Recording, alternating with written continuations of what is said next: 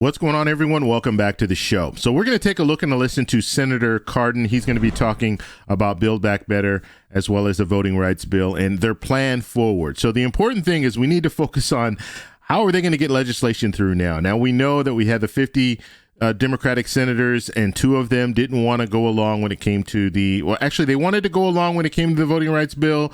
But they did not want to go along when it came to making changes to the filibuster, as well as Build Back Better. We know Senator Manchin came out and said, look, I just cannot, I'm not a yes when it comes to Build Back Better. So now they're back to the drawing board. They're going to try to figure out what's going to happen when it comes to that bill. And Senator Cardin is going to be talking about the path forward. We're also going to take a look at a story that came out of Pittsburgh. They had a bridge that collapsed, so we're going to take a look at that as well. We also keep you updated when it comes to Social Security, retirement, and stimulus talks. If that sounds like something interesting to you, please subscribe to the channel and hit that little bell notification. That way you'll get notified anytime we put out a video. And like always, if you see my name and a picture of me in the comment section, make sure you see a check mark next to my name. That check mark signifies that it's me. If you do not see that check mark, it's not me. It's someone trying to impersonate me. So this is an interesting story here. So let's go ahead and take a look.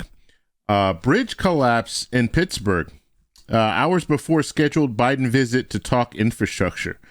So he's going out to talk about infrastructure, and they actually had a bridge that collapsed. And no fatalities, which is good. But you do have some people that were injured. I think about 10 people were injured. But look at this. Look at this bridge collapse here. And so when we've been talking about infrastructure. We talked about it all last year. This is one of the reasons why it is imperative that the roads and bridges be remodeled and revamped, because you have some roads and some bridges right now that really need repair. And so it is just thankful that they were able to get that first infrastructure bill through, and they can start making some improvements on these bridges. But look at this. I mean, this is just crazy, this whole situation here. And this is hours before Biden was going out to a speech in the area. So very, very crazy, right? I mean, just amazing. It's amazing that no one died in this incident, and they will. They're going to be sending out some different teams. The federal government has a team that will be going out to kind of like a recovery team. And I don't know that they're saying that there's no fatalities, but they still need to look into this whole thing and get this bridge back up as soon as possible. And it's a national news story mainly because President Biden was going to be going out to that area. So that is the reason why it's national news. But I'm sure we've had other bridges collapse in a similar situation due to just being old, and this is in the snow, so you can imagine. I think they said that there were 4 vehicles. Yeah, there were 4 vehicles that were on this bridge when it collapsed. So thank God there were no fatalities, but this is another reason why that infrastructure bill was the right move.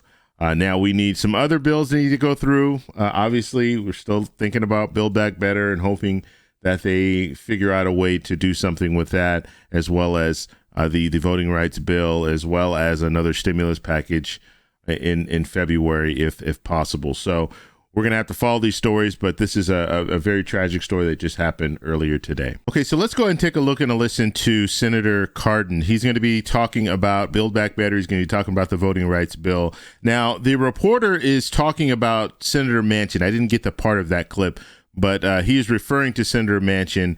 So just know as the clip starts, he's talking about the way Senator Manchin feels about the voting rights bill and Build Back Better. So here we go. The point months ago that injecting all of this money into the economy was going to cause inflation, and he thinks of himself as somewhat validated in that view, given the fact that we now, in fact, are dealing with the highest inflation in 40 years. How do you respond to him that legislation like Build Back Better and other initiatives that would put more money into the economy for these programs would not have a severe inflationary effect? So they're two separate programs here. One is the voting rights that you mentioned. The other is the Build Back Better agenda. And they're really very different as far as our strategies, but they both have a common ingredient, and that is the challenge of getting 50 Democratic senators together with the same strategy. On voting rights, this is fundamental to our democracy. And I guess my greatest disappointment, we see what's happening around the nation. We know that we have now 19 states that have taken steps to make it more difficult for certain people to be able to vote, clearly targeted at minority communities and students and vulnerable communities. And we can't get a single Republican to join us in our effort with legislation that would have fixed the problem, or at least established federal guidelines to make it clear that we're going to protect the right to vote, really following up what was done in 1965 when federal legislation was passed to try to empower national standards to make it clear that these Jim Crow laws could not exist in our country. Now, I very much supported changing our filibuster rule, doing what was necessary to pass that bill. We fell 2 votes short. So there will be discussions later today with Democrats and Republicans to try to get as much of that legislation moving forward as we possibly can. So we're going to try, because it's so important, and reach out, not only to get the 2 remaining Democrats on board, but also to see whether we can get some Republican support for election reform. In regards to the Build Back Better agenda that you're referring to, that's still an open issue. We're still negotiating on that. We think our best chance is to get one bill done as much as we possibly can. It will be an incredible accomplishment if we get it done. There'll be a lot of really important things dealing with the affordability for American families. We're talking about child care, we're talking about pre-K, we're talking about education, we're talking about housing, these and the climate issues. But there'll be disappointments. There'll be some things that will be left out. And that's where we're going to have to build bipartisan coalitions in order to try to get as much of this agenda done as possible, because it's very important for American families. And we'll do it in a way that's fully paid for. Listening to Senator Manchin on inflation, I don't share his view as to why inflation is where it is today. I think it's been more a supply chain issue in the labor market, not the money that we put into the economy to keep us from going into a deep recession. But I do agree that this budget that we're looking at has to be paid for, and really paid for. So in the Build Back Better agenda, 100% will be really paid for by real offsets. And that's been something that I agree with Senator Manchin, and I can tell you we'll make sure that's included, and that will have a beneficial impact on our economy, not adding additional fuel to inflation, helping working families, paid for by those who have really been treated rather well with the 2017 tax bill. Okay, so that was Senator Cardin. Now, I want to focus mainly on the last part of that discussion, the Build Back Better, because you hear a lot of different talk going on. They want to do piecemeal. They want to have these standalone bills.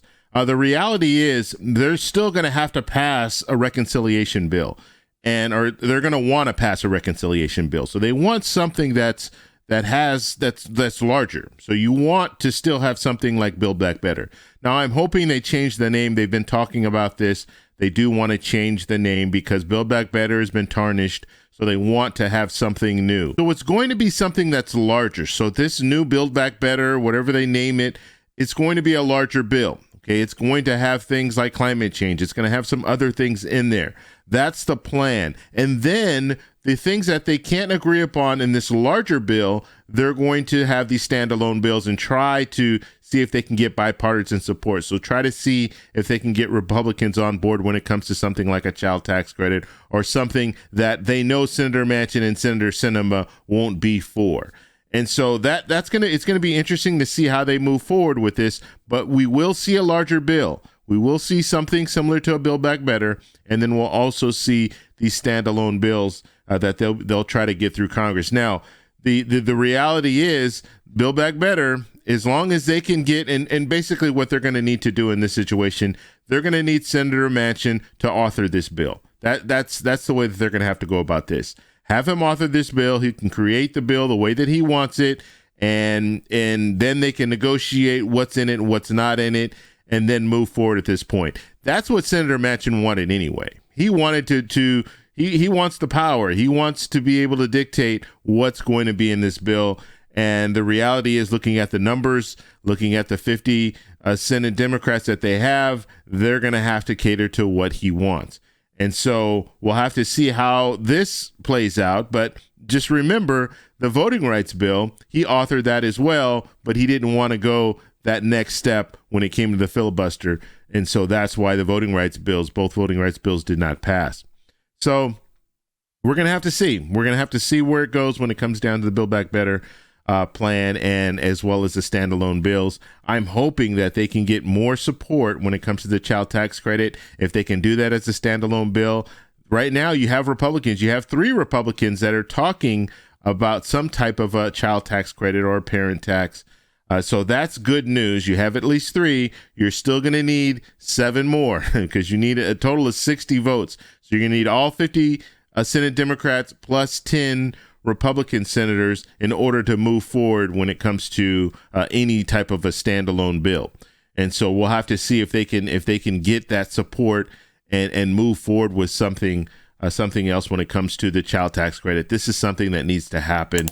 You've already opened it up last year, and families were really benefiting from this child tax credit. I cannot see them not moving forward with another child tax credit in 2022 in a midterm election. I just can't see that not happening. So this is going to be a situation where they're going to have to make this a bipartisan bill. Now, just because they're moving forward or they want to move forward with the child tax credit doesn't mean that they can't move forward with some other things too, to help people who are on fixed income, Social Security, SSI, SSDI. They can have some different programs to help them as well. And so we're going to have to continue following these different stories to see what's out there and what these politicians are talking about. But as of right now, we see Senator Cardin's talking about this. We've had some other senators talk just last week about they still want to move forward with Build Back Better. They're not doing away with Build Back Better.